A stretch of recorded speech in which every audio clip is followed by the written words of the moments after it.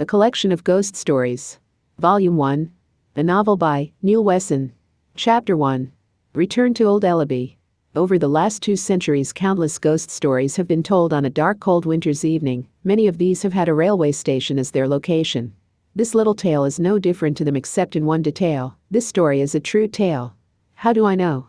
As someone once said, because I was there. The rambler who seeks sanctuary from the freezing fog was myself. I myself am now 83 years old, and I had to put this story down on paper before I die.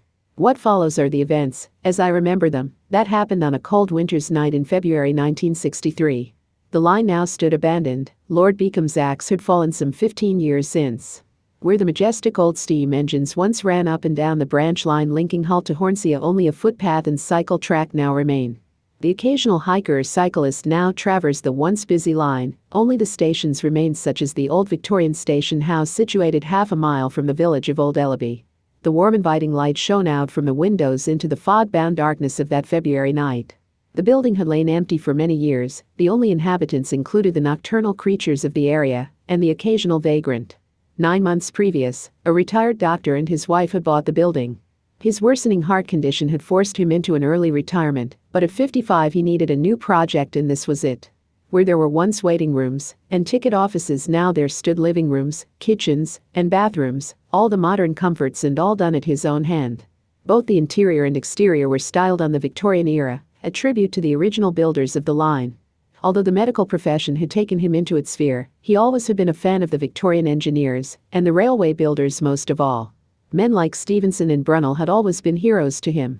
Dr. Magister and his spouse, Catherine, were in the midst of hosting a dinner party to celebrate the finishing of the final part of the redevelopment. 2 guests sat at the table, Ian and Karen Hansen, who were old friends of the hosts. Much merriment had taken place during the evening so far, and throughout the meal. Most of the conversation had been spent on nostalgia and their collective salad days. Now the meal was over, the 2 men both held a large glass of brandy in one hand and a cigar in the other, while the women sat over 2 steaming cups of black coffee. "You've done a marvelous job on this old place," commented Ian Hansen, his florid face looking around the maroon-painted walls.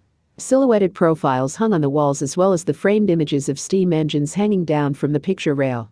A grandfather clock stood in the corner of the room, was striking 10 o'clock. "It cost a fortune," said Catherine, as the last chimes died away. "He had to have genuine 1880s fixtures, fittings, and, well, everything. Taps, door handles, you name it. It all looks so new though." Karen added, not really knowing what to say. Victoriana was not her strongest suit. The brandy-laden houseguest was the first up from the table, loosening his belt discreetly as he crossed the room. He came to rest by the hearth, turning his back to the fire. He felt the heat prickling on the backs of his legs. Turning to retrieve his glass off of the mantelpiece, Ian's eye was taken by one of the numerous objects sitting above the fire. Next to the carriage clock sat an old Acme Thunderer whistle, now heavily tarnished with age. Picking it up, he examined it in the closest detail. It was obviously old, but the original P was still intact. "What's this, old man?" he asked his old friend. "Oh, just something I found in what's left of the chippings outside." For some reason unknown to the other 3 assembled dinners, the doctor's manner had turned somewhat cold and distant. His attention seemed to be taken by the window leading directly out onto the platform. "What on earth's the matter, Edward?" Karen asked with a concerned tone in her voice. "Oh, nothing, just not sleeping very well at the moment. I just seem to slip off now and again." His mind was on other things. That face, the face that haunted his sleeping hours. Had he seen it past the window? If someone or something had passed the window, no one else had seen it.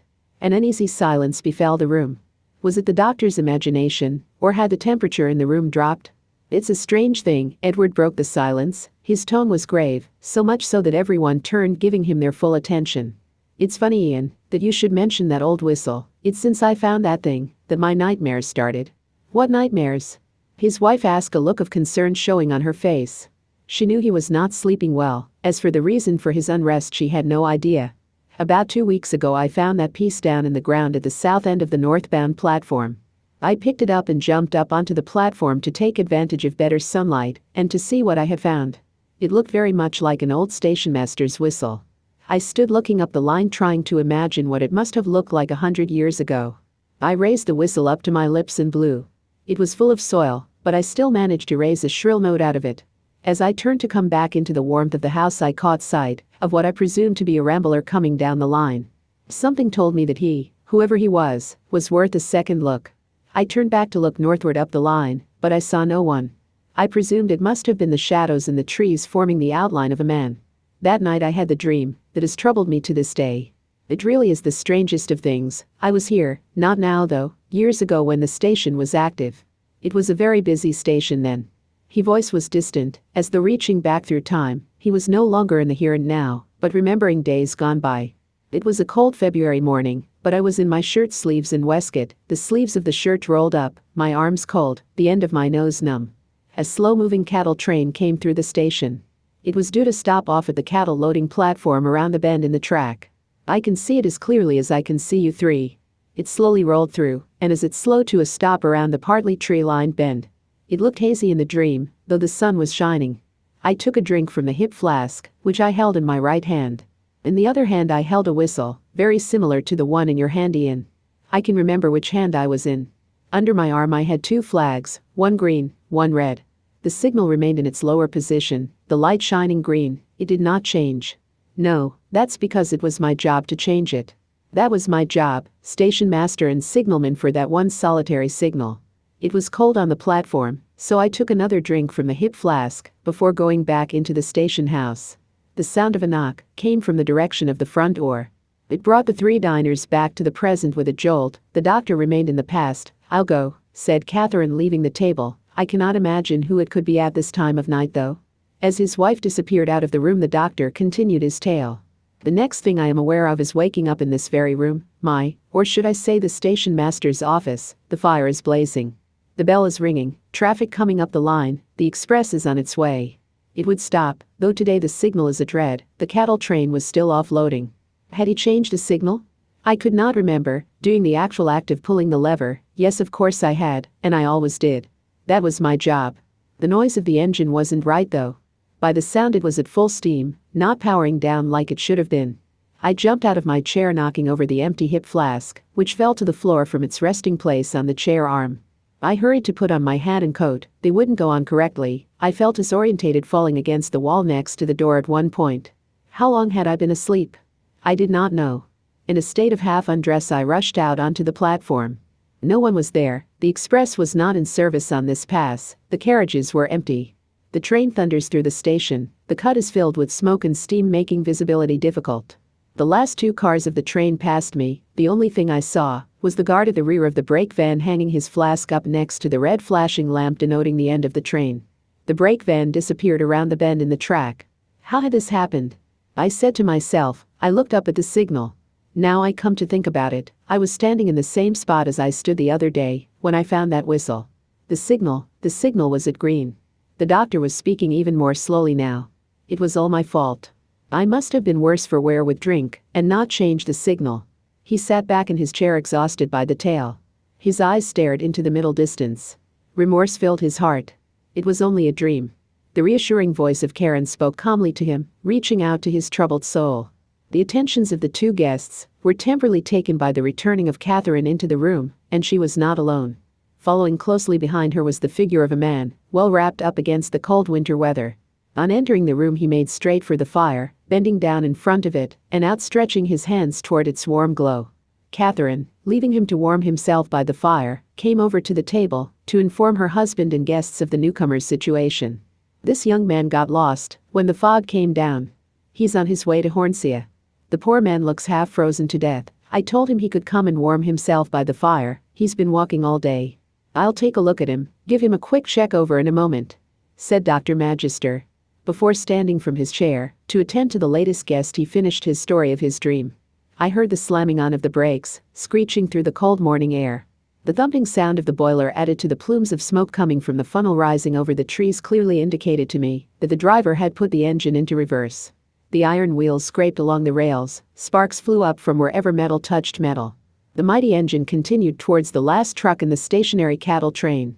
The driver of the express blew the whistle in vain. Even if the driver of the cattle train had been aware of the approaching engine, there was no time to react. The slow-moving tank engine could not pick up enough speed to outrun the express. No, all was lost. The driver and fireman leaped out of the cab, both landing in the soft plowed field that lined the track.